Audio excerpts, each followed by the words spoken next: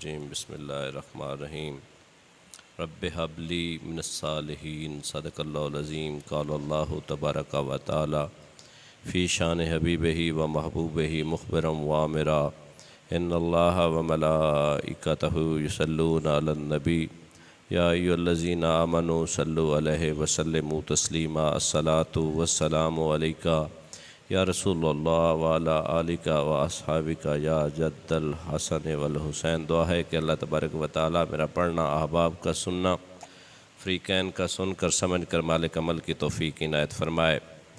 آج کا موضوع سیرت حضرت اسماعیل علیہ السلام اور تعمیر کعبہ کے حوالے سے ہے۔ انشاءاللہ چند گزارشات کر کے اپنی گفتگو کو سمیٹ لوں گا، احباب توجہ فرمائیں گے۔ اللہ تبارک و تعالیٰ نے بنی نوع انسانیت کی ہدایت اور رہنمائی کے لیے انبیاء کا اہتمام کیا۔ کم و بیش 1,24,000 انبیاء اپنے اوقات میں تشریف لاتے رہے۔ اللہ تبارک و تعالیٰ نے ان کا انٹروڈکشن ان معنوں میں کروایا کہ تلک الرسل فضلنا بعضهم علی بعض، کچھ نبی ایسے ہیں، کچھ رسول ایسے ہیں جو نبوت میں تو ایک جیسے ہیں لیکن مقام، مرتبہ، عزت، توقیر میں ایک سے بڑھ کر ایک ہے۔ انبیاء نبی ہونے میں سارے نبی برابر ہیں۔ جو انہیں نبوت کا شرف ملا ہے وہ شرف سب کے لیے ایک جیسا ہے۔ مفتی احمد یار خان نعیمی رحمۃ اللہ تعالیٰ علیہ فرماتے ہیں نبوت میں یا رسالت میں یہ بات تو سیٹلڈ ہے نا کہ رسول افضل ہوتے ہیں، رسول افضل۔ 1,24,000 انبیاء جو ہیں نا وہ سارے انبیاء ہیں پر سارے رسول نہیں ہیں۔ رسالت میں اور مقام نبوت میں فرق ہوتا ہے۔ ہر رسول نبی ہوتا ہے لیکن ہر نبی رسول نہیں ہوتا۔ اللہ تبارک و تعالیٰ نے قرآن پاک میں ارشاد فرمایا کچھ رسولوں کو کچھ پر میں نے برتری عطا فرمائی ہے۔ جس طرح رسول اور بھی ہیں، اولو العزم جو 5 رسول ہیں ان رسولوں میں مصطفیٰ کوئی بھی نہیں۔ محمد مصطفیٰ صلی اللہ علیہ وآلہ وسلم کوئی نہیں۔ رسول ہونے میں ایک جیسے ہیں پر محبوب تو ایک ہی ہے نا۔ ہاں، لکھا سونے بن بن بہندے پر ہک نہیں تیری خاکے پا جیا۔ اصل عظمت کا معاملہ فرمایا گیا یہ رسول اللہ تبارک و تعالیٰ کے برگزیدہ بندے ہیں جو اپنے اوقات میں تشریف لاتے رہے اور فریضہ رسالت اور توحید کو سر انجام دیتے رہے۔ انہی انبیاء میں، انہی رسولوں میں حضرت سیدنا اسماعیل علیہ السلام کا بھی ذکر خیر ہے۔ جیسا کہ آپ جانتے ہیں اللہ کے یہ وہ نبی ہیں جو حضرت سیدنا ابراہیم علیہ السلام کے بڑے بیٹے ہیں۔ حضرت ابراہیم علیہ السلام کے اور بھی بیٹے ہیں۔ یہ پہلے وہ بیٹے ہیں جو حضرت سیدنا ابراہیم علیہ السلام کے باغ میں، نبوت کے باغ میں پھول بن کر مہکے تھے، اور 86 ایئرز، ایک روایت میں 86 سال تک، ایک روایت میں 99 سال تک اللہ کے نبی دعائیں مانگتے رہے۔ اور ان کا نام اسماعیل جو ہے نا، اس کے پیچھے بھی علماء کہتے ہیں کہ اسما ہوتا ہے رب کا نام، اسما نام، یا ایل۔ حضرت ابراہیم علیہ السلام جب دعائیں مانگتے تھے نا، اے میرے مالک رب حب لی، اے میرے اللہ مجھ کو عطا کر ایسا بیٹا جو صالحین میں سے ہو۔ اور پھر اللہ تبارک و تعالیٰ نے سر ایسی دعا قبول فرمائی، بیٹا بھی ایسا دیا۔ اب 2 ہے نا بھائی، 17 سال کے بعد حضرت اسحاق علیہ السلام تشریف لائے، پیدا ہوئے ہیں 16 سال کے بعد۔ حضرت اسماعیل علیہ السلام اور حضرت اسحاق علیہ السلام باپ کی حیثیت سے دونوں سگے بھائی ہیں لیکن ماں کی حیثیت سے وقت وقن، جدا مائیں جدا ہیں، ماؤں میں سوتیلے ہیں۔ لیکن عظمت اور رفعت کا عالم یہ ہے جس کو اللہ نے دعاؤں میں مانگا تھا نا اللہ کے نبی نے، ایک طرف حضرت اسماعیل علیہ السلام ہے، دوسری طرف حضرت ایوب علیہ السلام ہے۔ جتنے بھی بنی اسرائیل کے باقی انبیاء تشریف لائے ہیں سارے حضرت ایوب علیہ السلام کی نسل خیر میں سے ہیں۔ حضرت اسماعیل علیہ السلام کی نسل سے ایک ہی نبی آیا ہے، صرف ایک۔ کتنے؟ ادھر بے شمار انبیاء حضرت ایوب علیہ السلام کی نسل میں سے تشریف لائے ہیں لیکن حضرت اسماعیل علیہ السلام کے نسل سے ایک ہی نبی اور رسول اور محبوب خدا احمد مجتبیٰ محمد مصطفیٰ صلی اللہ علیہ وآلہ وسلم تشریف لائے ہیں۔ پر میرے پاک نبی نے فرمایا تھا میں 2 ذبیحین کا بیٹا ہوں۔ میں نے کل بھی روایت عرض کی تھی، ایک وہ ذبیح، وہ اس کی طرف بھی آج اشارہ جائے گا جو حضرت سیدنا اسماعیل علیہ السلام ہے۔ اور اگلی بات بھی عرض کرتا چلو، محدثین نے مفسرین نے لکھا ہے جو چھری نہ چلی تھی نا، نور مصطفیٰ تھا۔ حضرت ابراہیم علیہ السلام کے لیے جو گلزار ٹھنڈی ہو گئی تھی نا، آگ گلزار بن گئی تھی، یہ نور مصطفیٰ تھا۔ توجہ ہے یا نہیں؟ یہ حضرت اسماعیل علیہ السلام پہ کوئی صحیفہ یا آسمانی کتاب نہیں اتری ہے، انہوں نے نبوت کا اظہار حضرت سیدنا ابراہیم علیہ السلام کے صحائف کی ہی ترویج اور تبلیغ کرتے ہوئے کیا ہے۔ جرہم نام کا قبیلہ ہے جس کی طرف آپ تشریف فرما ہوئے تھے۔ جب آپ بچپن میں تھے نا، حضرت حاجرہ رضی اللہ تعالی عنہا وہ آپ کو لے کر آئی تھیں، حضرت ابراہیم علیہ السلام چھوڑ گئے تھے۔ جلدی سے میں تھوڑا سا بایو ڈیٹا پچھلا عرض کر کے آگے چلوں۔ چھوڑ کر گئے تھے تو آپ کو پیاس لگی، ماں محبت میں دوڑی، جو صفا مروہ کی کیفیت اختیار کر گئے۔ اللہ نے ماں کے دوڑنے کو ایسی نشانی بنایا کہ قرآن میں خوبصورت چیپٹر بنا دیا کہ اے حجاج، جب بھی تم حج یا عمرہ کرنے جاؤ گے میری بندی کی ادا کو ضرور سر انجام دو گے، تب تک عمرہ یا حج نہیں ہوگا۔ یہ دوڑنا بھی پسند آ گیا۔ پھر جب آپ نے ایڑیاں رگڑی تھیں تو خون اپنا پانی سر نکلا تھا، پانی پھر بہنے لگا۔ اللہ کی ولیہ نے چھوٹی اپنے ہاتھوں سے باڑ بنا دی اور فرمایا زم زم، ہاں رک جا اے پانی، تھم جا، رک جا۔ ایسا رکا تھما بہتا نہیں، لیکن جب سے اللہ تبارک و تعالیٰ نے اس کنویں کو ایسا رواں کیا ہے نا، کوانٹٹی میں رائی برابر کمی نہیں آئی۔ ہزاروں گیلن، ہزاروں لیٹر وہاں سے نکلتے ہیں آب زمزم سے۔ یہ بند بھی ہو گیا تھا، آپ کو پتہ ہوگا، یہ بند بھی ہو گیا تھا، لیکن جب کھولا مقدار وہی، پتہ چلا نبی کے قدموں کا فیضان اللہ تبارک و تعالیٰ نے اتنا عطا فرمایا ہے، جو نبی کے توسل سے ملے وہ ختم نہیں ہوتا، جو احمد مجتبیٰ کے توسل سے ملے وہ کیسے ختم ہوگا، صلی اللہ علیہ وآلہ وسلم۔ سر آج تک بہ رہا ہے سر، وہ بہا پانی، والدہ نے روکا، وہاں سے پیتے رہے۔ اب کیا ہوا، ایک قافلہ وہاں سے گزر رہا تھا، قافلے نے دیکھا نا گردوں میں کچھ پرندے جو ہے نا اوپر گھوم رہے تھے، کیونکہ پرندے بھی وہاں ٹھہرتے تھے جہاں ہریالی ہوتی تھی یا پانی عام ہوتا تھا۔ یہ قبیلہ رکا اور کہنے لگا کہ ضرور گرد و نواح میں پانی ہے۔ جب پانی دیکھا، چشمہ چل رہا تھا، کچھ لوگ آگے آئے، جو محترمہ تشریف فرما تھی اپنے 6 ماہ یا سال کا بیٹا لے کر، اس سے اجازت طلب کرتے ہیں، اے بہن، اے مسافرہ، ہم بھی مسافر ہیں، اگر آپ اجازت دیں تو یہاں سے ہم پانی نوش کر لیں اور اپنے جانوروں کو پلا لیں۔ تو آپ نے فرمایا بالکل اجازت ہے، لیکن ایک بات یاد رکھنا، یہ کسی کی ملکیت نہیں ہوگا۔ جب انہوں نے یہ پانی پیا نا آب زمزم، پانی میٹھا، صحت افزا، خوشبودار پیا، تو وہ اجازت طلب کرنے لگے، یہ وہ جرہم قبیلہ ہے، اجازت طلب کرنے لگے کہ ہم یہاں پہ رک جائیں۔ تو آپ نے کہا رک جاؤ۔ وہ لوگ رکے اور انہی لوگوں کے درمیان حضرت سیدنا اسماعیل علیہ السلام پروان چڑھے تھے۔ پھر جب آپ نے پہلی شادی کی، 13 سال کی عمر میں یہ واقعہ ہوا تھا جو کل ہم نے تھوڑا سا عرض کیا تھا، کیونکہ ہم نے اس سے آگے چلنا ہے۔ اسی علاقے میں آپ ٹھہرے اور جب بڑے ہوئے نا، اسی علاقے کی ایک عورت سے آپ کی شادی کروائی گئی، کیونکہ نبی، میں نے کل بھی عرض کیا تھا، نبی اپنی مثال آپ ہوتا ہے، وہ اپنے افعال میں، اپنے خصائل میں، اپنی کریکٹرسٹکس میں بے مثال اور بے نظیر ہوتا ہے۔ جب اتنا خوبصورت حسن و اخلاق، نبوت، ماتھے پہ نبوت کی روشنی، نور، آنکھوں میں مصطفیٰ کی چمک صلی اللہ علیہ وسلم، پھر کیوں نہ با جاتا۔ ہر جرہم قبیلے کا بڑے سے بڑا سردار یہ کہتا کہ میری بیٹی کی شادی ان سے ہو جائے۔ جب شادی ہونے لگی، شادی قریب تھی، تو آپ کی والدہ سیدہ حاجرہ رضی اللہ تعالی عنہا کا وصال ہو گیا۔ آپ اپنے آپ کو تنہا محسوس کرنے لگے۔ حضرت سیدنا ابراہیم علیہ السلام تشریف لائے، آپ یہاں تشریف لائے تو اپنے بیٹے کی شادی کروائی۔ جب شادی ہو گئی، کچھ عرصہ کے بعد پھر آپ تشریف لائے اپنے بیٹے سے ملنے کے لیے مکہ میں۔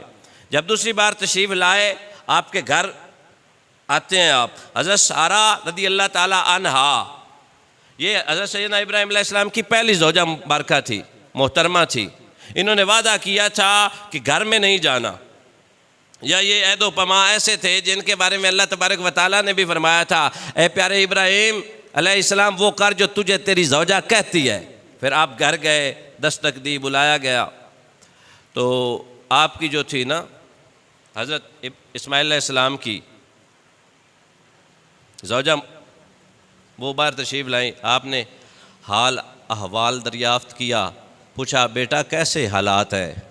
تو وہ کہنے لگی حالات اچھے نہیں ہیں، ایک وقت کا مل جاتا ہے، کچھ دن بھوکے رہتے ہیں، حالات اسماعیل علیہ السلام کے ٹھیک نہیں۔ اللہ تبارک و تعالیٰ سر، میں نے شکر پہ الحمدللہ لیکچر بھی ادھر دیا ہے، شکر بڑی چیز ہے، شاکر بندہ امیر ترین شخص ہوتا ہے، اور لوگوں کے پاس اربوں خرب بھی ہو نا، اگر اللہ کا شکر ادا نہیں نہ کرتا اس کی پوری نہیں پڑتی، اور تھوڑا بھی کھا کر اللہ کا بندہ شکر ادا کرے نا، اللہ تبارک و تعالیٰ کی رضا عطا مل ہی جاتی۔ لئن شکرتم لا ازیدنکم، اگر تم میرا شکر ادا کرو گے میں تمہیں بڑھا کر دوں گا اور زیادہ دوں گا، اور اگر میری نعمتوں کا کفر کرو گے تو پھر چوڑی ٹائٹ ہو جائے گی، تنگ پڑ جاؤ گے۔ جب حضرت سیدنا ابراہیم علیہ السلام نے محسوس کیا یہ تو شاکرہ ہے ہی نہیں، اور میرے لخت جگر نور نظر کی پشت میں وہ امانت ہے جو امانت ایسی ہے کہ وہ اس صلب میں، اس بطن میں ٹھہرتا ہی نہیں جو بطن ناپاک ہو۔ دیکھیے نا، میرے پاک نبی نے فرمایا میں جس پشت سے گزرا، جس رحم میں آیا، جس بطن میں آیا، سارے رحم بھی اعلیٰ، بطن بھی اعلیٰ، اور پشتیں بھی اعلیٰ تھی میرے نور کی برکت سے۔ کہا بیٹا ایسا ہے جب تیرا خامد آ جائے نا، اسے کہنا گھر کی چوکھٹ بدل دے۔ حضرت اسماعیل علیہ السلام واپس گھر تشریف لائے تو خوشبو نبوت کو پایا، نبی کا دیکھنا پرکھنا، نبی کی جو سینسز ہوتی ہیں نا وہ اور ہوتی ہیں، غیر نبی کی اور ہوتی ہیں۔ نبی جو دیکھتا ہے ہم نہیں دیکھتے، نبی جو سنتا سونگتا سمجھتا ہے وہ ہم نہیں دیکھ سکتے۔ نبی اپنے لیول میں بے مثال ہوتے ہیں، میچ لیس پرسنالٹی کا نام ہے پروفٹ ہوڈ شپ۔ آپ آئے، خوشبو سونگی، کہا کوئی مہمان آیا تھا؟ کہنے لگی ہاں اس طرح کے بزرگ دبلے پتلے تھے، تھوڑا قد لمبا تھا، سواری پر تشریف فرما تھے، انہوں نے کیا کہا؟ تو کہنے لگی اے میرے گھر والے، وہ کہنے لگے کہ جب اسماعیل آئے نا اسے کہنا چوکھٹ بدل دے، یہ تیرے لائق نہیں ہے، یہ تیرے لائق نہیں ہے۔ تو اس کا مطلب کیا ہے؟ آپ فرمانے لگے میں تجھے تیرے والدین کی طرف چھوڑ آتا ہوں، تو میرے قابل نہیں، میرے ابو جان مجھے وصیت کر کے گئے کہ یہ عورت رکھنے والی تیرے نکاح میں نہ رہے، فوراً طلاق دے دی، فارغ۔ حضرت عمر فاروق ساری زندگی اپنے بیٹے سے شکوہ کرتے رہے ہیں، اگر آپ کا تھوڑا مطالعہ ہے، ساری زندگی اپنے بیٹے سے شکوہ کرتے رہے ہیں کہ میں نے ایک عورت کو کہا تھا کہ اسے طلاق دے دو، اس نے نہیں دی تھی، مجھے اپنے بیٹے پر افسوس ہے۔ حالانکہ شریعت اس معاملے میں یہ نہیں کہتی، لیکن کچھ تھوڑا بندہ پرکھن، ہم یہ بھی نہیں کہہ سکتے کہ حضرت عمر فاروق کے بیٹے نے غلط کیا ہے، وہ اپنے معنوں میں ٹھیک تھا، باپ اپنے حساب میں ٹھیک تھا۔ ان بڑوں کی باتوں میں ہم حائل اس لیے نہیں سر ہوتے کہ ہماری اوقات نہیں نا کوئی فیصلہ دینے کی۔ بڑوں کے جو فیصلے، بڑوں کے اپنے معاملات ہیں نا، ہم جماعت اہل سنت ہے نا، ہمارا تعلق ادب والے لوگوں کے ساتھ ہے۔ بڑوں کی جو آپس میں رنجشیں، لڑائی جھگڑے، تھوڑے بہت معاملات ہوئے ہیں نا، ہم ان معاملات میں حائل اس لیے نہیں ہوتے، ہم اس قابل نہیں، ہماری اوقات نہیں ہے، اور ان کے معاملے اللہ کے حضور میں پیش ہوں گے، اللہ تبارک و تعالیٰ بہترین فیصلہ کرنے والا۔ سمجھداری کا مظاہرہ یہی ہے۔ حضرت سیدنا ابراہیم علیہ السلام کچھ عرصہ کے بعد دوبارہ تشریف لائے، پھر گھر پہنچے تو پھر بھی ایک بیوی ملی حضرت اسماعیل علیہ السلام کی۔ پوچھا بیٹا بتا گزر بسر کیسی ہو رہی؟ تو کہنے لگی اللہ کا لاکھ لاکھ شکر۔ حضرت سیدنا اسماعیل علیہ السلام شکار کرتے ہیں، شکار کر کے لاتے ہیں، ہم وہ تناول کر لیتے ہیں، آب زمزم پیتے ہیں، اللہ تبارک و تعالیٰ عبادت کا موقع دیتا ہے، اللہ کا شکر ادا کرتے ہیں، ہم پہ اللہ کا بڑا فیضان رحمت اور کرم ہے، ہم بڑے خوش ہیں، اللہ اکبر کبیرہ۔ تو جب یہ حوال پوچھا تو وہ نیک بخت بیٹی سر کہنے لگی بابا جی آپ ہمارے گھر تشریف لائیں نا، ابھی تعارف نہیں کروایا کہ یہ آپ کا سسر ہے۔ تعارف نہیں کروایا، کہا بابا جی تشریف لائے نا، آپ کتنے خوبصورت ہیں، لگتا ہے آپ لمبا سفر طے کر کے آئے ہیں، زلفوں میں گرد و غبار ہے، مجھے ذرا موقع دینا، میں آپ کی زلفیں اپنے ہاتھوں سے دوں، میں آپ کے قدم اپنے ہاتھوں سے دوں، میں آپ کے ہاتھ دھو کر آپ کی خدمت کرنا چاہتی ہوں۔ تو آپ مسکرا کر سر پر ہاتھ رکھ کر کے فرمانے لگے، نہیں بیٹا مجھے جلدی ہے اور حکم بھی نہیں ہے ٹھہرنے کی۔ تو ہاتھ جوڑ کر عرض کرنے لگی، بابا آپ اتریے نہ، سواری کے اوپر بیٹھے رہیں، مجھے بس خدمت کا موقع دیں، آپ سواری پہ بیٹھے رہیں گے، میں خدمت پھر بھی کر لوں گی۔ روایات میں آتا ہے نیک بخت بیٹی نے نا برتن میں پانی لایا، اپنے باپ ہوتا ہے سسر، اپنے باپ کے قدم مبارک اس برتن میں رکھ کر دھوئے، ہاتھ مبارک دھلائے اور عرض کرنے لگی، بابا جی آپ تھوڑا سر نیچا کریں نا، پتھر کی اوٹ میں کھڑی ہو کر اپنے ہاتھوں سے اپنے باپ کا سر دھویا، سر دھو کر ٹھنڈا پانی پیش کیا اور گزارش کی کہ اندر تشریف لائیں۔ تو آپ نے فرمایا کہ میں اندر نہیں آ سکتا، ہاں میرے بیٹے سے کہنا یہ چوکھٹ تیری بڑی عظمتوں والی ہے، یہ بڑی شانوں والی ہے، یہ قدر والی ہے، اس کو سنبھال کر رکھنا۔ حضرت سیدنا ابراہیم اسماعیل علیہ السلام تشریف لائے نا تو خوشبو نبوت کو پایا، آ کر پوچھا کون آیا تھا، تو وہ مسکرا کر کہنے لگی اللہ کا ایک بڑا ہی مقرب اور پیارا بندہ آیا تھا، جتنا لمحہ وہ ٹھہرا ہے خوشبوؤں نے ہمارے گھر کو گھیر رکھا تھا، میں نے ان کی خدمت کی ہے۔ کیا کیا ہے؟ کہا ان کی جو مجھ سے بن پڑتا تھا۔ دیکھیں نا اچھی بیویوں کے اوصاف یہ ہوتے ہیں کہ اپنے عزیز و اقارب، اپنے خاوند کے والدین کے ساتھ وہ اچھا سلوک کرنے والی ہوتی ہیں۔ اور آج کل تو اشتیاق صاحب میں ادھر MBA کر رہا تھا تو اسی ٹائم سے آ رہا تھا لاہور سے، مجھے بڑی بات یاد ہے، پیچھے ایک بزرگ اور عورت بیٹھے تھے میری سیٹ کے پچھلی دفعہ، تو وہ کہہ رہے تھے کہ فلاں کا جو رشتہ ہے میں تو نہیں جانتا تھا نا، اس سے رشتہ کر لو، اسے بیٹی کا رشتہ دے دو۔ اس نے پوچھا کیوں؟ کہا اس کا ماں باپ بھی نہیں ہے اور کوئی بہن بھی نہیں ہے، اس سے شادی کروا دو، بیٹی موجیں کرے گی۔ یہ معاملہ کوئی اچھی بات نہیں ہے۔ نیک بخت جو بیٹیاں ہوتی ہیں نا وہ سسر اور ساس کی خدمت کرتی ہیں، اور سسر اور ساس بھی تھوڑے عزت والے ہوں نا، جو ہمارے گھر میں سب کو چھوڑ کر ہمارے بیٹے کی دلہن بن کر آتی ہے نا، اسے اگر ہم اپنا لیں نا تو گھر جنت نظیر بن جاتا۔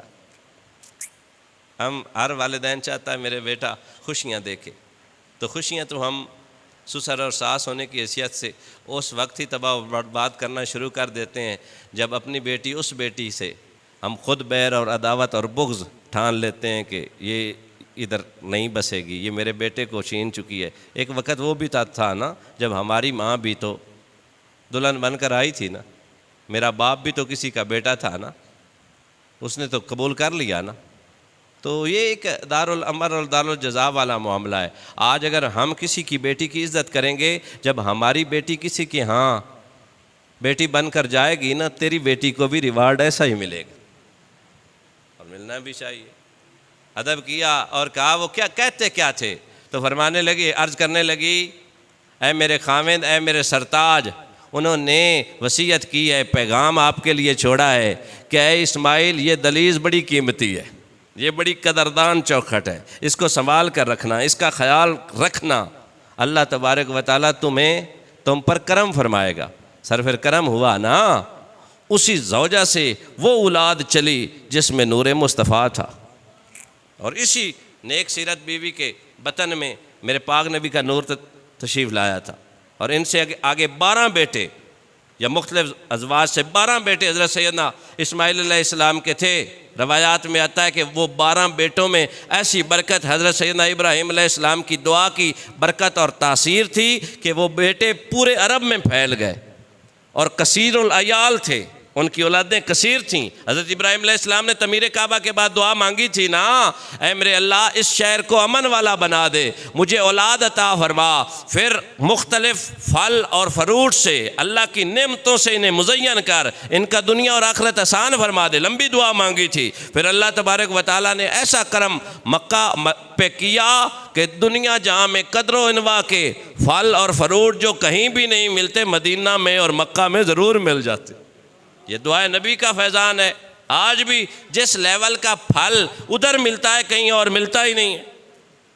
یہ حضرت سیدنا ابراہیم علیہ السلام کی دعا کا نتیجہ ہے۔ آگے چلتے ہیں، بیٹا پروان چڑھنے لگا، زوجہ محترمہ کا وصال ہو گیا۔ اب نیکسٹ ٹائم جب حضرت ابراہیم علیہ السلام مکہ میں تشریف لائے تو اللہ تبارک و تعالیٰ کی طرف سے حکم ہوا، اے پیارے ابراہیم اللہ کے گھر کی تعمیر کر، اللہ کے گھر کی تعمیر کر۔ تقریباً 10 دفعہ مختلف اوقات میں تعمیر کعبہ ہوئی ہے۔ فرسٹ ٹائم اس وقت جب حضرت اللہ تبارک و تعالیٰ نے فرشتوں کو کہا کہ اے فرشتوں میں اپنا خلیفہ زمین پر بنانے جا رہا ہوں، میں اپنا خلیفہ زمین پر بنانے جا رہا ہوں، تو فرشتوں نے عرض کی میرے مالک یہ دنگا، فساد، خون ریزی اور پریشانی، انتشار پیدا کرے گا زمین پر۔ تو اللہ تبارک و تعالیٰ نے فرمایا فرشتوں میں تم سے بہتر جانتا ہوں۔ تو فرشتوں نے یہ محسوس کیا کہ اللہ تبارک و تعالیٰ کی ذات اقدس ہم سے ناراض ہو گئی ہے۔ وہ اللہ کو راضی کرنے کے لیے عرش کے نیچے ایک خاص جگہ پر طواف اور عبادت کرنے لگے۔ جب یہ طواف اور عبادت انہوں نے عرش کے سائے تلے کیا نا، اللہ تبارک و تعالیٰ کو یہ ادا پسند آئی۔ اللہ تبارک و تعالیٰ نے اپنی رحمت ان پر بس ڈالی، فرشتوں پر، فرشتے بھی راضی ہو گئے اور عرض کرنے لگے مالک کوئی ایسا مقام نہ یہاں پہ بنا دیا جائے جو ہماری عبادت گاہ بن جائے، جو ہمارا قبلہ بن جائے۔ تو اللہ تبارک و تعالیٰ کے حکم سے 4 پلروں والا ایک مقام بنایا گیا، زبرجد کے 4 پلر بنائے گئے، ایک نورانی مکان بنایا گیا جس کا نام بیت المعمور رکھا گیا۔ فرشت جس طرح ہم طواف کرتے ہیں، ہمارا خانہ کعبہ ہے نا، ہم منہ کر کے نماز پڑھتے ہیں، اس طرح فرشتوں کا بھی ایک خانہ کعبہ ہے، اور ہے کہاں؟ جہاں پہ بیت اللہ ہے، اس کی پوری سیدھ میں اس کے اوپر ایک گھر ہے جسے بیت المعمور کہتے ہیں، جو فرشتوں کی عبادت گاہ ہے، جو فرشتوں کا قبلہ ہے۔ فرشتے اس کی طرف منہ کر کے عبادت کرتے ہیں۔ اللہ کے حکم پر یہ بن گیا۔ پھر اگلی جو پہلا اللہ کا گھر بنا ہے یہ عرشوں پر بنا ہے۔ اس کے بعد دوسرا یہ کب بنا ہے؟ حضرت آدم علیہ السلام کی تخلیق سے 2000 سال پہلے۔ کب بنا ہے جی؟ حضرت آدم علیہ السلام کی تخلیق سے 2000 سال پہلے اللہ تبارک و تعالیٰ کے حکم پر فرشتوں نے بنایا بیت المعمور، جس کے 4 پلر ہے، ہر پلر زبرجد کا بنا ہوا ہے۔ آگے اللہ تبارک و تعالیٰ نے جو دوسرا گھر بنوایا بیت اللہ، اللہ تعالیٰ نے فرشتوں کو حکم دیا میرا گھر زمین پر بھی بناؤ۔ عرشوں پر تو 7ویں آسمان پر ہے نا، اب زمین پر بھی بناؤ۔ اللہ تبارک و تعالیٰ کے حکم پر فرشتوں نے زمین پر اللہ کا گھر بنایا۔ اب اللہ کا گھر بن گیا۔ حضرت آدم علیہ السلام جب جنت سے باہر تشریف لائے اللہ کے حکم سے، تو انہوں نے دوسری بار اللہ کی بارگاہ میں عرض کی میرے اللہ، میرے خالق، میرے رازق، جب میں جنت سے باہر آ گیا ہوں، جنت میں تو فرشتوں کی تسبیح اور تہلیل سنا کرتا تھا، ان کو عبادت کرتے ہوئے دیکھا کرتا تھا تو میں بھی کر لیتا تھا۔ اب کوئی یہاں ایسا مقام نہیں جس کی طرف منہ کر کے میں عبادت کروں، جس کے ارد گرد میں طواف کروں۔ تو اللہ تبارک و تعالیٰ نے حکم دیا اے پیارے آدم ایک یہاں پہ گھر بنا، بیت اللہ۔ تیسری کنسٹرکشن ہو رہی ہے، جگہ وہی ہے۔ اور سر جی جب اللہ تبارک و تعالیٰ نے حکم دیا حضرت آدم علیہ السلام کو کہ ایک گھر بنا لو جو اللہ کا گھر ہوگا، جس سے کہ ارد گرد تم طواف کرو گے، تو اللہ تبارک و تعالیٰ کی بارگاہ میں عرض کی مالک مجھے پتہ نہیں میں کہاں پہ بناؤں۔ تو اللہ تبارک و تعالیٰ نے حضرت آدم علیہ السلام کی رہنمائی کے لیے حضرت جبرائیل علیہ السلام کی ڈیوٹی لگائی۔ حضرت جبرائیل علیہ السلام ساتھ چلے، اس جگہ کو مینشن کیا کہ یہاں پر اللہ کا گھر بنے گا۔ حضرت سیدنا آدم علیہ السلام، حضرت سیدنا جبرائیل علیہ السلام اور حضرت اماں حوا رضی اللہ تعالی عنہا، یہ 3 اشخاص نے مل کر اللہ کا گھر بنایا۔ That was the 3rd construction of Kaaba اللہ۔ یہ اللہ کے گھر کی تیسری تعمیر تھی، ان لوگوں نے مل کر بنایا۔ آگے جب سلسلہ چلا حضرت شیش علیہ السلام کا دور آ گیا، اور کہاں پہ بنایا؟ اللہ تبارک و تعالیٰ نے حضرت جبرائیل علیہ السلام کو فرمایا اس پوائنٹ، اس نقطے پہ لے جا جہاں سے زمین بنی تھی۔ آپ کو پتہ ہے زمین کیسے بنی تھی؟ ایک جھاگ کا تھوڑا سا سپورٹ کلاٹ کہہ لے اتارا گیا تھا، جھاگ پھیلتی گئی، زمین بنتی گئی۔ آپ کو پتہ ہے جب یہ زمین کلو من علیہ فان، جب ہر چیز تباہ ہو جائے گی، جھاگ کے تودے بن کر یہ زمین اڑ جائے گی۔ جس طرح جھاگ بنتی ہے، ہم پھونک مارتے ہیں نا، وہ اڑتا ہے نا، پانی سا یا جو بھی لیکوڈ ہوتا ہے، جھاگ کی شکل میں۔ اس کا انیشیشن اس کی ابتدا ہوئی تھی جاگ کی شکل میں، جاگ پھیلتی گئی، زمین بنتی گئی، کہیں ٹھوس بن گئی، کہیں پہاڑ بن گئی، اور کہیں نخلستان بن گئے، کہیں ریگستان بن گئے۔ اللہ کی یہ قدرت تھی۔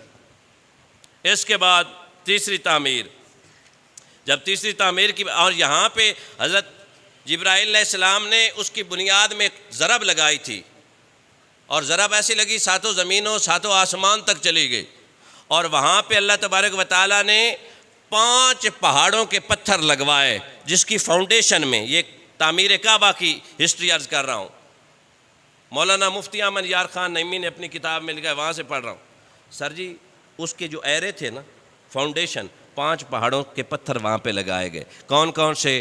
پہلا کوہ لبنان، دوسرا کوہ جودی، تو تیسرا کوہ ہیرا، چوتھا کوہ طور۔ آپ سارے جانتے ہیں کوہ لبنان کا بھی آپ کو پتہ ہوگا، جودی وہ ہے جہاں پہ حضرت نوح علیہ السلام کی کشتی اٹکی تھی، رکی تھی۔ کوہ ہیرا سے اتر کر وہ حضرت محمد صلی اللہ علیہ وسلم جو غار ہیرا والا معاملہ آپ کو پتہ ہے۔ کوہ طور وہ پہاڑ ہے جہاں پہ اللہ تبارک و تعالیٰ کی بارگاہ میں حضرت موسیٰ علیہ السلام مخاطب ہوا کرتے تھے۔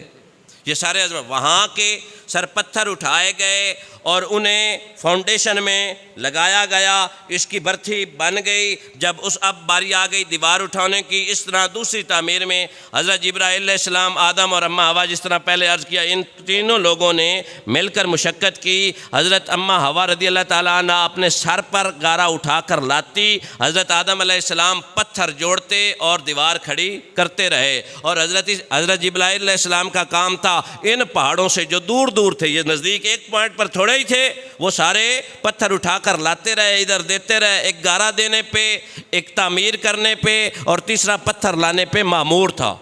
کتنی خوبصورت عبادت ہے، اللہ کا گھر بنا رہے ہیں۔ وہ کون کا مالک ہے؟ سر اشارہ کرے، دیر نہیں لگے گی، پر بندوں سے بنا کر بتایا، بندو اگر میرے بندے میرا ہی اسائنمنٹ میرے ہی حکم پر کریں تو شرک نہیں ہوتا۔ اللہ اکبر کبیر۔ اب سر بتاؤ نا، یہ لطیف نکتے بتاؤ نا، اللہ کو ہے ضرورت کسی کی مشقت کی؟ اللہ کو ضرورت ہے؟ میں کمزور ہوں، مجھے ضرورت پڑتی ہے، میرا کام نپٹانے کے لیے 4-5 بندے مجھے درکار ہوتے ہیں، اللہ کو کیوں درکار ہے؟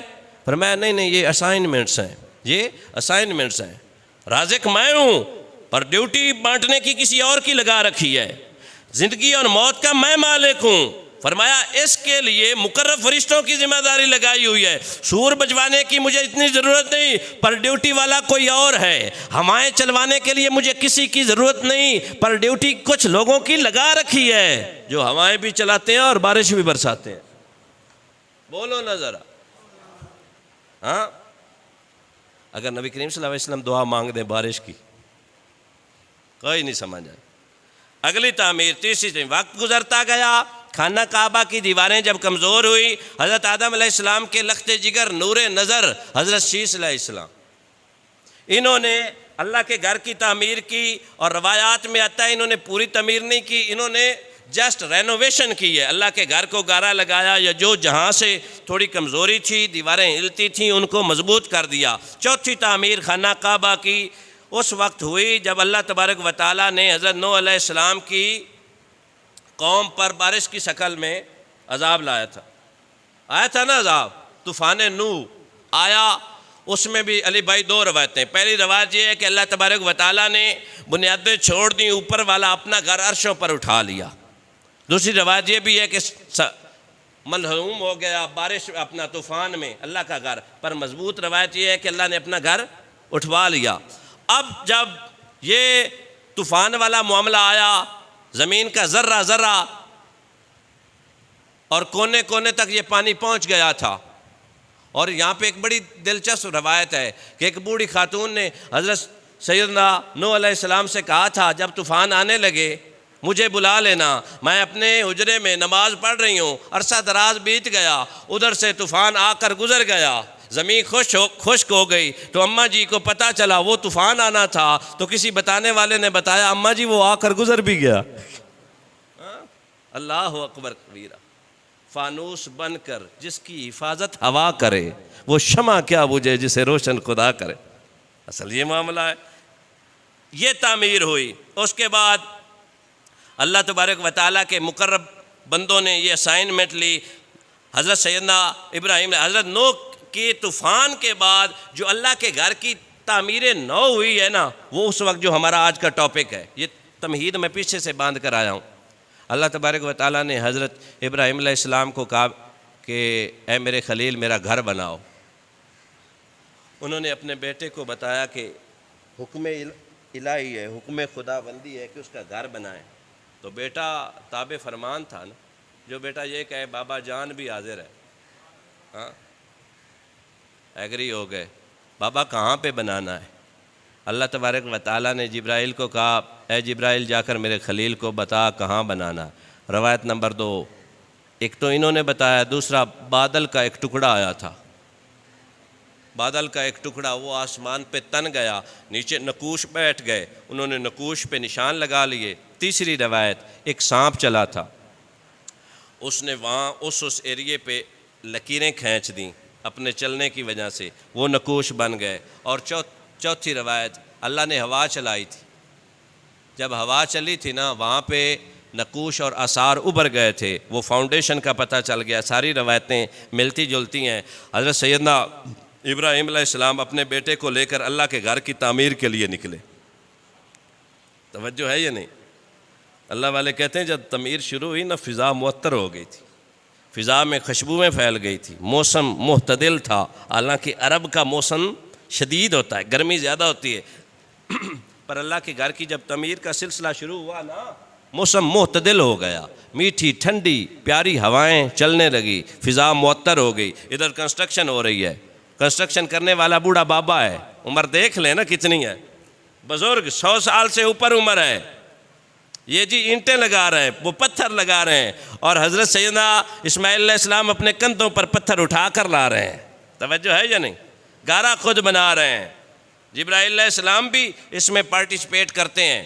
مختلف جگہوں کے پتھر لائے گئے. اس کے بارے میں بھی روایت میں آتا ہے کہ کوئی لبنان سے پتھر اٹھائے گئے، کوئی ہیرا سے، کوئی ابو قبیس سے، کوئی صفا سے، کوئی مروہ سے. 5 قسم کے پتھر، 4 قسم کے فاؤنڈیشن میں لگے تھے، بنیادوں میں، اور جو دیواریں کھڑی کرنے لگے تو کوئی لبنان، کوئی ہیرا، کوئی جبل ابو قبیس سے، کوئی صفا اور کوئی مروہ سے پتھر اٹھائے گئے، اللہ کے گھر پر لگائے گئے. حضرت جبرائیل علیہ السلام اب یہاں پہ بھی 2 روایت. حضرت ابراہیم علیہ السلام نے اپنے بیٹے کو کہا کہ بیٹا فلاں کنویں سے پتھر اٹھا کر لا. جب اٹھا کر لانے لگے نا، تو آگے سے جبرائیل علیہ السلام آ گئے اور حضرت اسماعیل علیہ السلام سے کہنے لگے یہاں سے پتھر نہیں، وہاں سے اٹھانے ہیں. جب انہوں نے 2 پتھر جبرائیل علیہ السلام نے اٹھا کر دیے، ایک پتھر کا نام تھا مقام ابراہیمی والا، جبل ابراہیم، جس کو آج کل ہم مقام ابراہیم کہتے ہیں، اور دوسرا پتھر وہ تھا جو اللہ تبارک و تعالیٰ نے جنت سے بھجوایا تھا، جو حضرت آدم علیہ السلام اپنے ساتھ لائے تھے. اس پہ بھی مختلف روایات ہیں. اسے کیا کہتے ہیں؟ بول لو نا سارے، نہیں آتے. حجر اسود. حجر اسود یہ جب آیا تھا، دودھ سے زیادہ اکبر بھائی سفید تھا. نبی کریم صلی اللہ علیہ وسلم نے ارشاد فرمایا لوگوں کے گناہ ہونے سے کالا بنا دیا ہے.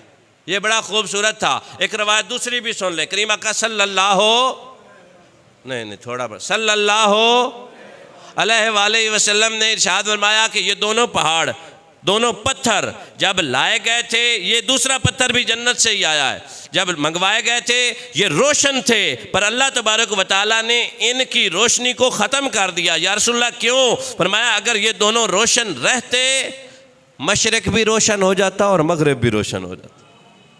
اتنے روشنی والے تھے. اللہ تبارک و تعالیٰ نے ان کی روشنی کو حذف کر لی. اور جب یہ، اور دونوں پتھر کمال والے ہیں، بولیے نا، ایسے کمال والے کہ ایک ایلیویٹر کے طور پر یوز ہو رہا ہے. حضرت ابراہیم علیہ السلام کو جب اوپر چڑھنا ہوتا تھا نا، پتھر لگانے کے لیے، گارا ڈالنے کے لیے، اب دیکھیں نا انسان کے قد کے مطابق جب دیواریں کھڑی ہو جاتی ہیں نا، اس کے بعد ہمیں وہ پنجابی میں گو یا کیا کہتے ہیں سپورٹ لگانے کے لیے اکبر بھی اوپر جانا پڑتا ہے. اللہ تبارک و تعالیٰ نے فرمایا میرے گھر کی تعمیر میں لگے ہوئے ہو نا، پریشانی نہیں آتی. یہ میرا وجدان. وہ پتھر آیا، حضرت سیدنا ابراہیم علیہ السلام اس پر سوار ہوتے، کہتے نہیں اوپر اٹھ، وہ اوپر اٹھ جاتا. اور اگلی بھی بات میں عرض کرتا چلوں، جب حضرت فخر الدین رازی نے لکھا ہے اس پہ سر، جب حضرت سیدنا ابراہیم علیہ السلام نے اس کونے کا پتھر لگانا ہوتا تھا نا، تو اس پتھر پر سوار ہوتے نا، وہ پتھر اسی کونے کی طرف چلا جاتا جہاں پہ آپ کا دل کرتا تھا۔ اور اللہ والے کہتے ہیں پتھر ہو کر نبی کے دل کی باتیں جانتا ہے، امام الانبیاء ہو کر اپنے امتی کے دل کی باتیں نہیں جانتا۔ فریاد امتی جو کرے حال زار میں، یہ ممکن ہی نہیں کہ خیر بشر کو خبر نہ ہو۔ حافظ شرازی رحمۃ اللہ تعالیٰ علیہ فرماتے ہیں تیرے اور میرے دل میں خیال یار بعد میں اٹھتا ہے، یار خدا کو خبر پہلے ہو جاتی ہے۔ ہاں، وہ نبی نہیں ہوتا جو اپنی امت کے حال سے واقف نہ ہو، اور وہ امتی نہیں ہوتا جس کا یہ عقیدہ ہو کہ نبی مجھ سے واقف نہیں۔ محبت کا یہ تقاضا ہے، جس سے پیار کیا جائے تو وجہ میرا یار نہیں ڈٹھا، جس سے محبت کی جائے پھر محبت بھی تو ایسی ہو کہ اس کی محبت میں بندہ بہرا ہو، اس کی محبت میں بندہ اندھا ہو، اس کی محبت میں بندہ گونگا ہو۔ بہرا اس لیے ہو کہ اس کے کوئی بات خلاف نہ سن سکے، اندھا اس لیے ہو کہ وہ ایسا کچھ نہ دیکھ سکے جو یار کی شان کے خلاف ہو، اور گونگا اس لیے ہو کہ اس کی زبان پر اس کے عشق کی تو باتیں نکلیں، کوئی بری بات ہرگز نہ نکلے۔ تو وہ کہنے والا کہہ گیا تو اجے میرا یار نہیں ڈٹھا، جنوں ویک کے چن شرماوے، ادھی راتی دن چڑھ جاوے، جے او سونا مختو نقاب ہٹاوے، بجلی ڈردی لشک نہ مارے، متاں بے ادبی ہو جاوے، جے او سونا ہاتھ رکھے پھلاں وچ، مان پھلاں دا ود جاوے، جے او سونا کھولے پیچ زلف دا، راہی راہ بھل جاوے، کی نظر ایاز اوندی وچ، جیڑا آوے ویک جاوے، جے سونا کھولے پیچ زلف دا، راہی راہ بھل جاوے، نین نشیلے مست رسیلے، جدوں سونا وچ کجل سہاوے، اکھ اگرے تے انج پیا جاپے، جی میں کوئی میں خانہ کھل جاوے، عقل خدا نے اتنی دیتی علماں وچ نہ آوے، علم خدا نے اتنا دیتا عقلاں وچ نہ آوے، ایڈا سونا ماہی آزم سانو ہور کدرے نظر نہ آوے۔ چچا نظر تتاں آندہ جے ہوندہ، ہاں کیسا نہ امپوسیبل۔ حضرت سیدنا میرے علی رضی اللہ تعالیٰ عنہ سے رحمۃ اللہ تعالیٰ عنہ سے پوچھا گیا اللہ کے خزانوں میں کسی چیز کی کمی ہے؟ انہوں نے کہا کوئی کمی نہیں۔ پوچھنے والے کی تھوڑی سی ویرنگ شاٹ تھی نا۔ ویرنگ شاٹ کا مطلب اکبر صاحب تھانوں تو پتہ ہے نا، وہ کہہ رہا ہے اگر کسی چیز کی کمی ہے تو بتائیں، تو آپ نے فرمایا نہ کسی چیز کی کمی ہی نہیں، اللہ تبارک و تعالیٰ کے خزانے بھرے پڑے ہیں۔ فرمایا یہ بتائیے کہ اللہ کے خزانے میں دوسرا محمد ہے صلی اللہ یا اللہ تبارک و تعالیٰ دوسرا محمد صلی اللہ علیہ وسلم بنانے پر قادر ہے یا نہیں؟ اب آپ سمجھ گئے کہ یہ کس اینگل سے بات کر رہا ہے، توجہ ہے یا نہیں؟ آپ نے فرمایا اللہ تبارک و تعالیٰ ہر چیز پر قادر ہے، ہر چیز کا مالک ہے، کون کا وہ مالک ہے، پر دوسرا محمد اس خدا نے نہ بنانا ہے اور نہ ہی دوسرا محمد خدا کے خزانوں میں ہے۔ بولے نہیں ہیں آپ، ختم نبوت کی بات ہے، ختم نبوت کا اشارہ ہے۔ رب نے وہ سچائی بن چھڑیا جن دے وچ محمد نو ڈالیا سی، حسینہ جمیلہ دا منہ موڑ دیتا، بنا کے محمد قلم توڑ دیتا صلی اللہ۔ یہ بات ہے۔ حضرت سیدنا ابراہیم علیہ السلام دل میں سوچتے کہ اس کونے میں جانا ہے، وہ ایلیویٹر والا پتھر مقام ابراہیم میں اس طرف چلا جاتا، اوپر ساری تعمیر مکمل ہو گئی۔ تعمیر کے بعد اللہ تبارک و تعالیٰ نے فرمایا کہ ہر مزدور کو اس کی اجرت ملتی ہے، اے پیارے ابراہیم کچھ مانگ لے۔ تب اللہ تبارک و تعالیٰ کی بارگاہ میں یہ لمبی دعائیں مانگی تھیں حضرت ابراہیم علیہ السلام نے، ربنا وابعث فیہم رسولا، اے میرے اللہ اس نبی کو ہمارے درمیان بھیج جو علم والا بھی ہو، جو پاکیزگی والا بھی ہو، کتاب کا علم عطا فرمائے، پھر ہمیں صاف کرے، طیب اور طاہر کرے۔ پھر محمد مصطفیٰ صلی اللہ علیہ وسلم آپ فرماتے ہیں نا میں حضرت سیدنا ابراہیم علیہ السلام کی دعا ہوں، میں حضرت سیدنا عیسیٰ علیہ السلام کی بشارت ہوں، اور میں حضرت سیدنا آمنہ رضی اللہ تعالیٰ عنہا کا خواب ہوں۔ میرے کریم آقا صلی اللہ علیہ وسلم نے فرمایا تھا کہ ہم ملت ابراہیمی پر ہیں۔ حضرت ابراہیم علیہ السلام وہ جلیل القدر نبی ہیں جنہوں نے اللہ کی بارگاہ میں بڑا اعلیٰ مقام حاصل کیا۔ قرآن پاک میں کثیر تعداد میں آپ کا ذکر ہے۔ اللہ تبارک و تعالیٰ کے ہر امتحان میں پورے اترتے ہیں، اور اللہ تبارک و تعالیٰ کی بارگاہ میں اتنے مقرب اور میں سمجھتا ہوں مقام و منزلت والے ہیں کہ اللہ تبارک و تعالیٰ نے قرآن پاک میں بار بار ذکر کیا، اور پھر ان کی اولاد سے اس جلیل القدر نبی کا خروج ہوا جو احمد مصطفیٰ ہے، جو محمد مصطفیٰ ہے۔ کائنات عالم میں اللہ کے بعد اگر کوئی سب سے بڑی عزتوں پر فیض یاب ہے تو وہ محمد مصطفیٰ صلی اللہ علیہ وسلم ہے۔ ان جیسا کوئی نبی کائنات میں ہے ہی نہیں۔ بولیے نظر، ہر ابتدا سے پہلے ہر انتہا کے بعد نام نبی بلند ہے، نام خدا کے بعد ہیں عزت والے جتنے بھی لوگ، میں سبھی کو مانتا ہوں، پر محمد مصطفیٰ کے بعد قتل حسین اصل میں مرگ یزید ہے۔ اسلام زندہ ہوتا ہے ہر کربلا کے بعد، اصل یہ بات ہاں ہمیں اپنے بڑوں نے بتایا ہے، بس دیٹس آل، یہی فائنل بات ہے۔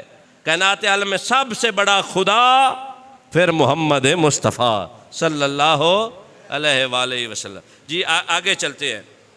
پانچویں جو تعمیر ہوئی ہے اللہ کے گھر کی، وہ قوم املائکہ نے تعمیر کیا۔ یہ قوم تھی، اس نے اللہ کے گھر کو تعمیر کیا۔ چھٹی تعمیر قبیلہ جرہم نے کیا۔ یہ حضرت ان کے دور میں ایک شخص کا نام تھا حارث بن مداد اصغر، اس نے اللہ کے گھر کی تعمیر کی۔ جب ساتویں تعمیر کی باری آئی، نبی کریم صلی اللہ علیہ وآلہ وسلم کے اجداد میں قصی بن کلاب نے اللہ کے گھر کی تعمیر کروائی، اور انہوں نے بے مثال اور بہترین عمارت کی تشخیص کی۔ انہوں نے بہترین اور مضبوط ترین عمارت بنائی۔ ان کے بعد وقت گزرتا گیا، آٹھویں تعمیر، آپ کو پتہ ہے 10 تعمیریں اب تک ہو چکی ہیں اللہ کے گھر کی۔ آٹھویں تعمیر کی ضرورت تب پڑی جب ایک سیلاب آیا۔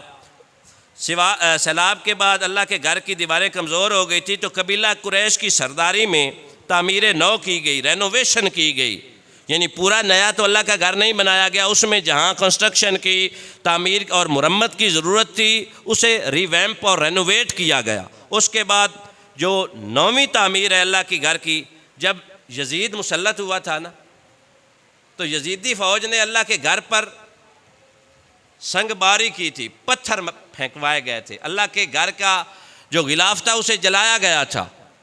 حسین سے تو یزید کی دشمنی سمجھ میں آتی ہے کہ امام حسین رضی اللہ تعالیٰ عنہ نے اسے تسلیم نہیں کیا تھا، اس کی بیعت نہیں کی تھی۔ اللہ کے گھر سے اس کی کیا دشمنی تھی؟ کچھ لوگ ہیں نا طاہر صاحب، انہوں نے ٹھان رکھی ہے یزید کو جنت میں داخل کرنے کی۔ مجھے بتاؤ، میں اہل دل سے مخاطب ہوں، بتاؤ اللہ کے گھر پہ، وہاں پہ حضرت سیدنا ابراہیم علیہ السلام کا وہ دمبا جو جنت سے آیا تھا، سر اس کے سینگ بھی تھے، اللہ کے گھر میں اندر کی چھت میں انہوں نے نصب کر رکھے تھے نشانی کے طور پر۔ پر یزید ایسا کمینہ تھا نا، غلاف کو آگ لگوا دی، اللہ کے گھر پر پتھر مروائے، اور کافی اللہ کا گھر ڈیمیج ہوا۔ مسجد نبوی میں گدھے، کھچر اور گھوڑے باندھے گئے، وہاں پہ کافی دنوں کے لیے نہ اذان ہوئی تھی، نہ نماز، نہ جماعت ہوئی تھی۔ بتاؤ، ہم اسے کافر تو نہیں کہتے، وہ تجھے تکلیف ہوتی ہے، لیکن بتا یہ کائے کا اسلام ہے؟ یہ سوچئے گا اور پڑھ کر دیکھئے گا۔ ہمارے ایک پورے اسکول آف تھاٹ نے نا یزید کی بڑی پیروی، اسے ابا بنا رکھا ہے۔ بتاؤ نا ذرا، آل نبی پر ظلم کرے اور مومن رہ جائے۔ میرے پاک نبی کے لخت جگر نور نظر امام علی مقام امام حسین رضی اللہ تعالیٰ عنہ کے بچوں کو ذبح کروا دے، امام علی مقام رضی اللہ تعالیٰ عنہ کے جسم عطر پر گھوڑے دروائے، پھر بھی مومن رہ جائے گا؟ امام حسین وہ محسن اسلام ہے جس نے اسلام کے شجر کو اپنے خون سے سینچا ہے۔ ہم انشاءاللہ حضرت سیدنا امام حسن مجتبی رضی اللہ تعالیٰ عنہ نے جس سے سلو کی ہے، ہماری قیامت تک اس سے سلو ہے، اور جس نے امام علی مقام رضی اللہ تعالیٰ عنہ پر ظلم ڈھائے ہیں اور امام نے اسے برا جانا ہے، ہم مسلمان قیامت تک اسے برا جانتے رہیں گے۔ بس یہی ہمارا عقیدہ ہے۔ اس وقت جب اس کمینے نے اللہ کے گھر کو نقصان پہنچایا، وہ دمبے کے سینگ جلائے، اللہ کے گھر میں گھوڑے گدھے اور کھچر باندھے گئے اور غلاظت پھیلائی گئی، اللہ کے گھر کو توڑا گیا، نقصان پہنچایا گیا۔ اس کے بعد حضرت عبداللہ بن زبیر رضی اللہ تعالیٰ عنہ نے اللہ کے گھر کی تعمیر کروائی۔ اس سے پہلے میرے کریم آقا صلی اللہ علیہ وسلم کے اجداد نے جب اللہ کا گھر تعمیر کروایا تھا نا سر، حتیم کی کچھ خالی جگہ رہ گئی تھی وسائل کی کمی کے وجہ سے، تو حضرت عبداللہ بن زبیر نے اسے بھی تعمیر کروایا۔ اس کے بعد جی 10ویں تعمیر کے بارے میں آتا ہے، ٹائم ہو گیا، ختم کر رہے ہیں گفتگو کو۔ عبداللہ بن عبد الملک بن مروان، یہ بھی ظالم بندہ تھا،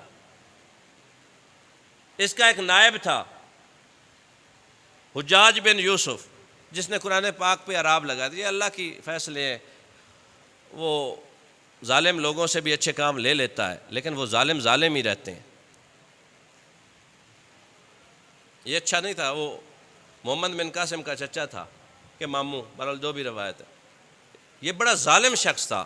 اس نے پھر اللہ کے گھر کی 74 ہجری میں تعمیر کروائی، اس کو ریکنسٹرکٹ کیا، اس کی رینوویشن کی۔ اس کے بعد خلیفہ ہارون الرشید، آپ جانتے ہیں، وہ مسند خلافت پر بیٹھا تو اس نے خانہ کعبہ کو گرانے کا فیصلہ کیا کہ گرا کر نیا بنایا جائے۔ تو اس وقت امام ابو یوسف رحمۃ اللہ تعالیٰ علیہ آپ نے فتویٰ دیا کہ اب اللہ کے گھر کو تم نئے سرے سے نہیں بنوا سکتے۔ کیوں؟ ہر آنے والا بادشاہ یہ کہے گا کہ میں اللہ کا گھر ہر دفعہ شہید کر کے نیا بناؤں، اس سے اللہ کے گھر کی عزت، شان، شوکت اور تکریم میں کمی آئے گی لوگوں کے دلوں میں۔ اب یہ اللہ کا گھر، اس کی اور رینوویشن، اسے بہتر بنانا ہے تو اس کا میک اپ کرنا ہے، کر دو، لیکن میں تڑوا کر نیا بنوانے کے حق میں نہیں ہوں۔ وہ رک گیا، باز آ گیا۔ پھر حکومت آئی 1040 میں ہجری میں، سلطنت عثمانیہ کی۔ جو عاشق تھے، جو عشاق تھے، عشق تے اگ ہک برابر، پر عشق دا سیک ودھیرا، اگ ساڑے کک تے کانے، عشق ساڑے تن میرا، اگ دا دارو می دا پانی، مینوں دسو عشق دا دارو کیڑا، یار فریدا اتھے کچھ نہیں بچدا جتھے عشق اوراں دا ڈیرا۔